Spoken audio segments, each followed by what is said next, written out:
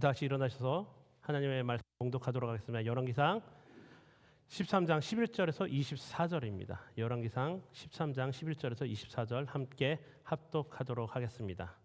베델에 한 늙은 선지자가 살더니 그의 아들들이 와서 이날에 하나님의 사람이 베델에서 행한 모든 일을 그에게 말하고 또 그가 왕에게 드린 말씀도 그들의 아버지에게 말한지라. 그들의 아버지가 그들에게 이르되 그가 어느 길로 가더냐 하니 그의 아들들이 유다에서부터 온 사람 하나님의 사람의 간 길을 보았음이라. 그가 그의 아들들에게 이르되 나를 위하여 나귀의 안장을 치우라. 그들이 나귀의 안장을 치우니 그가 타고 하나님의 사람을 뒤따라 가서 상수리 나무 아래에 앉은 것을 보고 이르되 그대가 유다에서 온 하나님의 사람이냐? 대답하되 그러하다. 그가 그 사람에게 이르되 나와 함께 집으로 가서 떡을 먹으라. 대답하되 나는 그대와 함께 돌아가지도 못하겠고 그대와 함께 들어가지도 못하겠으며 내가 이곳에서 그대와 함께 떡도 먹지 아니하고 물도 마시지 아니하리니 이는 여호와의 말씀이 내게 이르시기를 내가 거기서 떡도 먹지 말고 물도 마시지 말며 또 내가 오던 길로 되돌아가지도 말라 하셨음이로다. 그가 그 사람에게 이르되 나도 그대와 같은 선지자라. 천사가 여호와의 말씀으로 내게 이르기를 그를 내 집으로 데리고 돌아가서 그에게 떡을 먹이고 물을 마시게 하라 하였느니라 하니 이는 그 사람을 속임이라. 이에 그 사람이 그와 함께 돌아가서 그의 집에서 떡을 먹으며 물을 마시니라.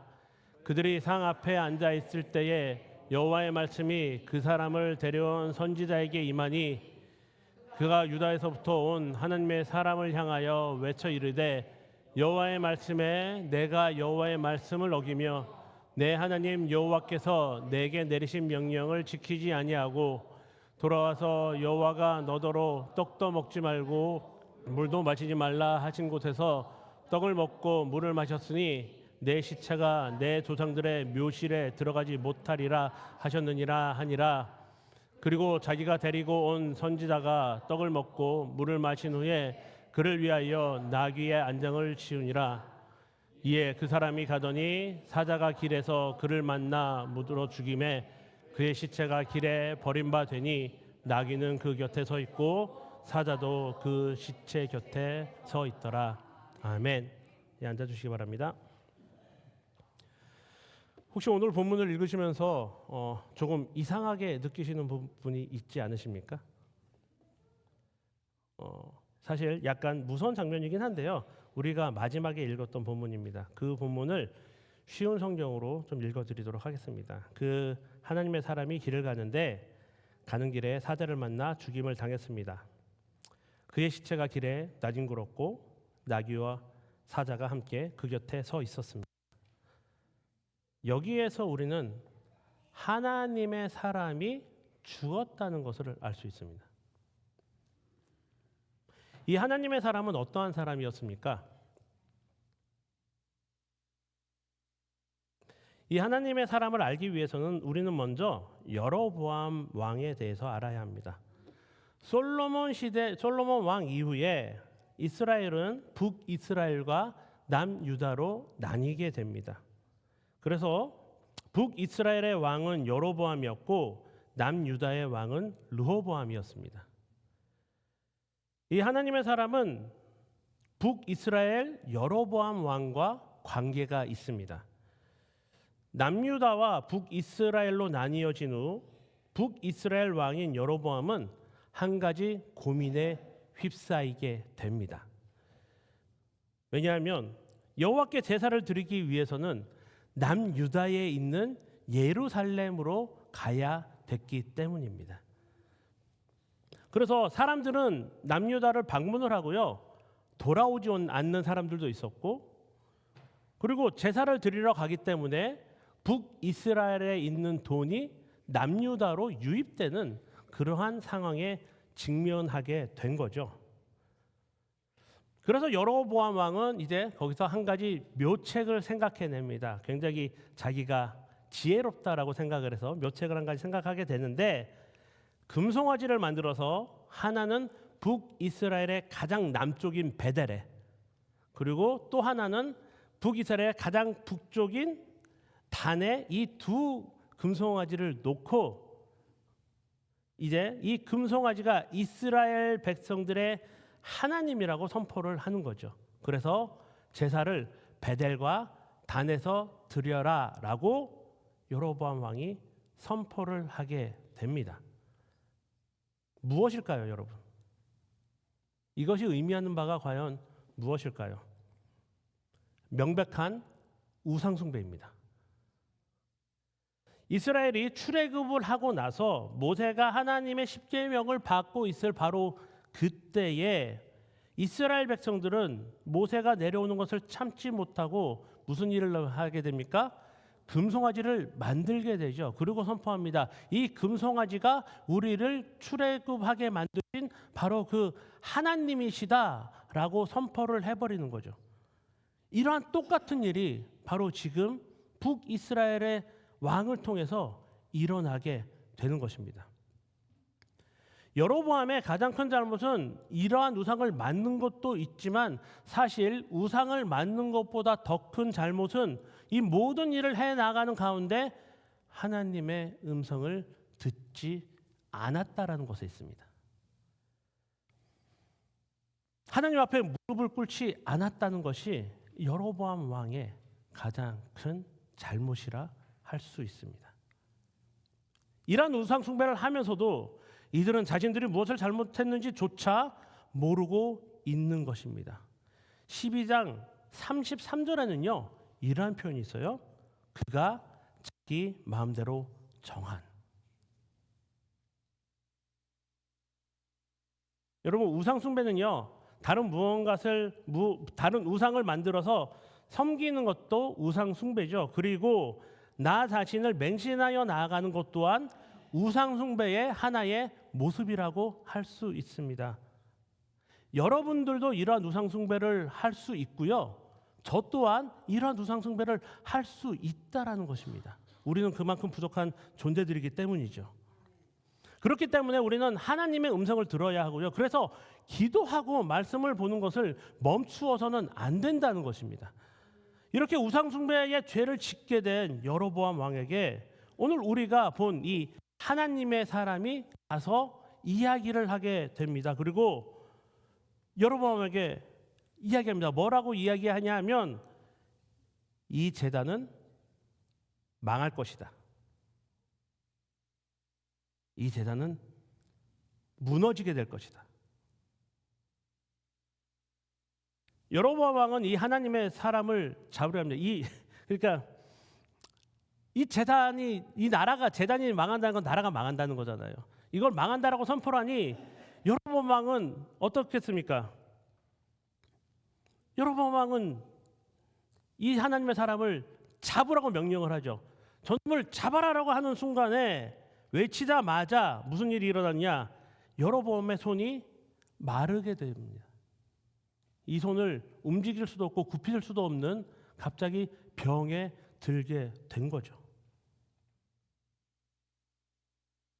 우리는요 하나님의 사람을 어떻게 할 수 없습니다. 왜냐하면 정말 그 이름대로 하나님의 사람이기 때문에요. 하나님의 사람은 하나님만이 그 사람을 컨트롤할 수 있다라는 거죠.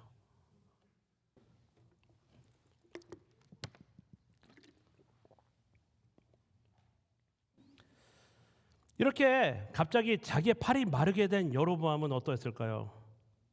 이 사람은 하나님의 사람에게 간청을 합니다.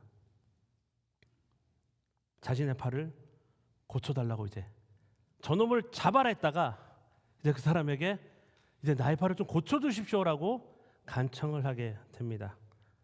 이에 이 하나님의 사람은 그 팔을 고쳐주게 됩니다. 그래서 여로보암 왕은 이야기하죠. 우리 성에 가서 같이 밥을 먹자. 내가 당신에게 상을 주겠다.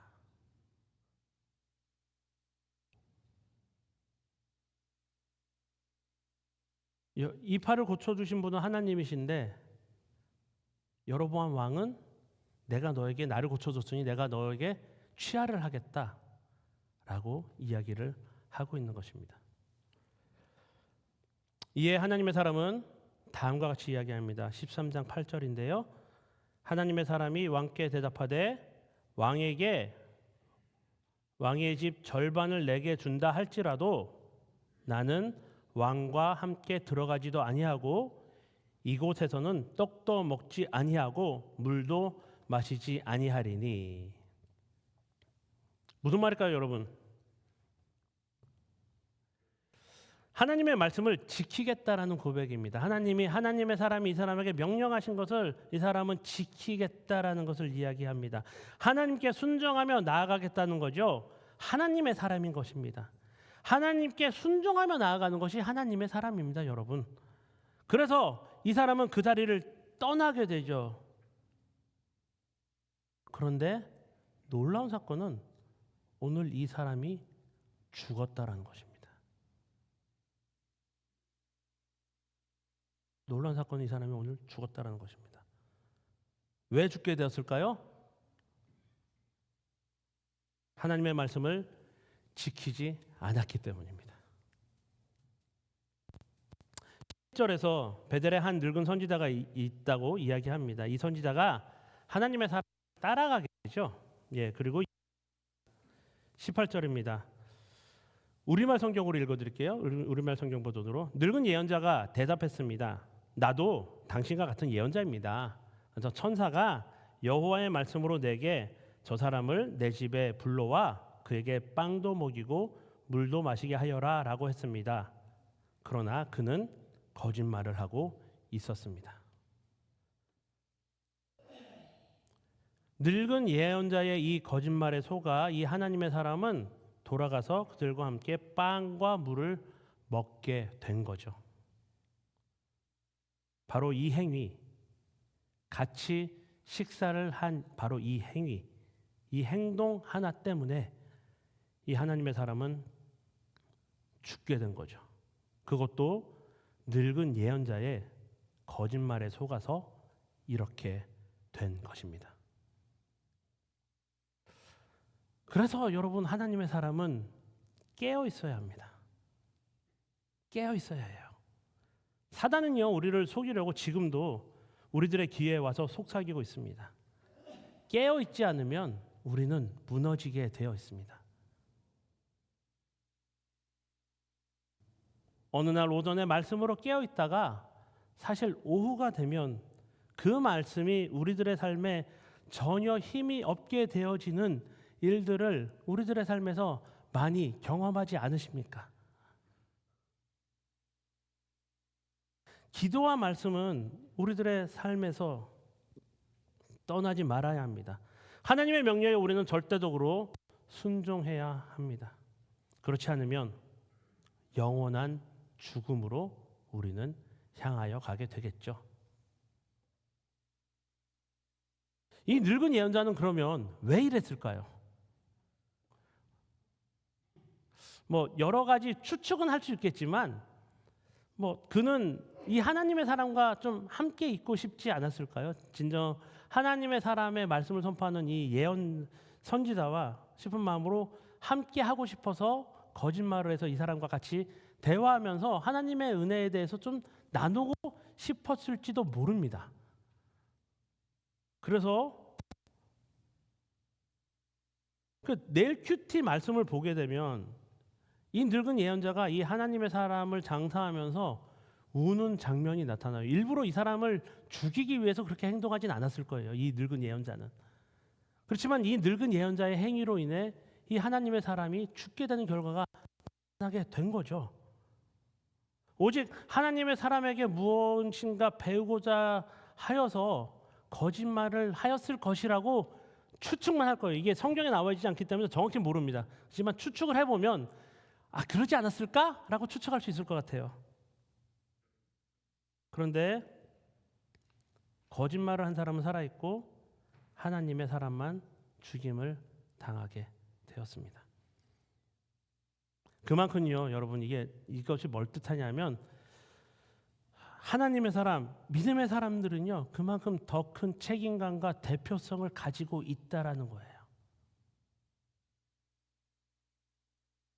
그만큼 더 책임감이 있다라는 것입니다. 그래서 더 하나님의 말씀을 잘 들어야 합니다. 그렇지 않으면 우리는 이 하나님의 사람처럼 죽임을 당하게 되어 있다라는 것입니다. 하나님의 사람은 이 거짓말에 속아 죽게 되죠. 하나님이 주신 사명을 감당하는 사람들은 그래서 그만큼 더 정결하게 주님 앞으로 나아가야 합니다.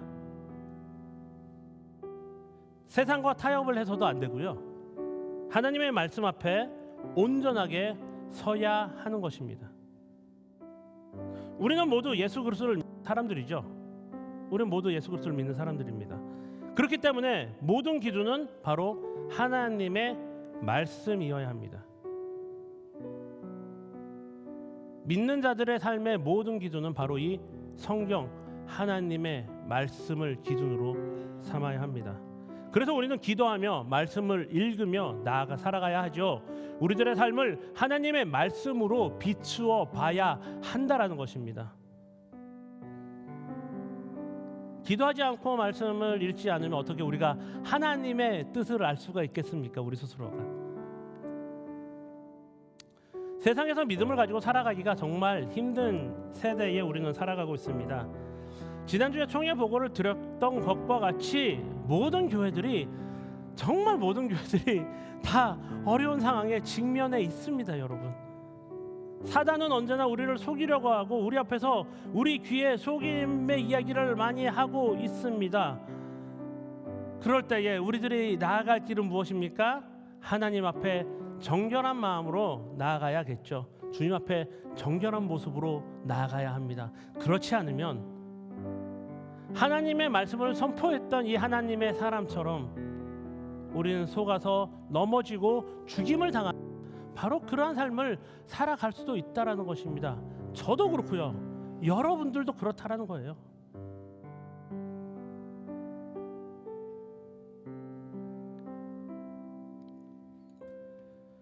우리는 더욱더 정결하게 살아가기를 소망합니다.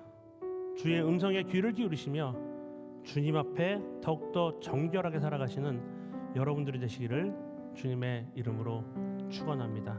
다 같이 찬양하며 나가시겠습니다.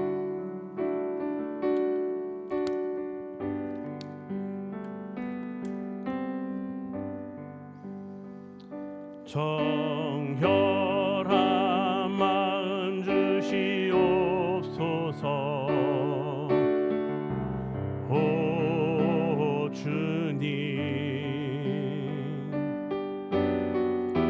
정직한 영을 새롭게 하소서. 정결한 마음 주시옵소서. 정결한 마음 주시옵소서. 오 주님, 정직한 영을 새롭게 하소서.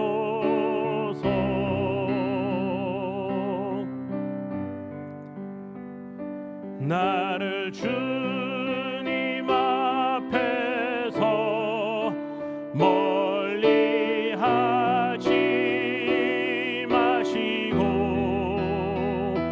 주의 성령을 거마옵소서.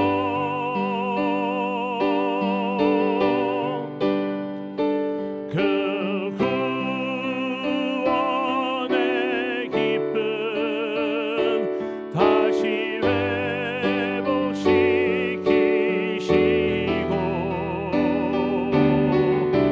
변치 않는 맘 내주소서. 나를 주님 앞에서 멀리하지 마시고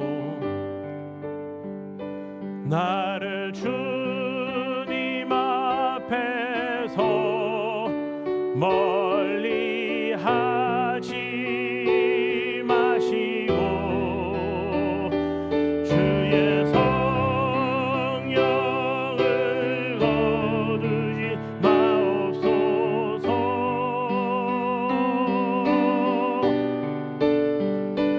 그